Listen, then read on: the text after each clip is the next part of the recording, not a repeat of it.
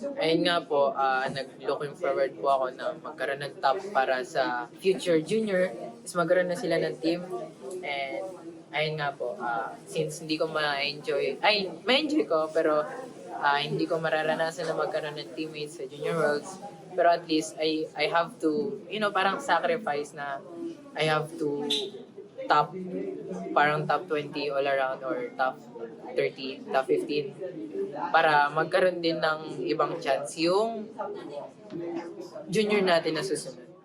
Mas nag-focus lang po ako kung ano lang po yung may bibigay kong best and I cannot promise you na mga gold ako pero pero I can promise you na gagawin natin yung best natin para makuha yung gold and kaya na nito.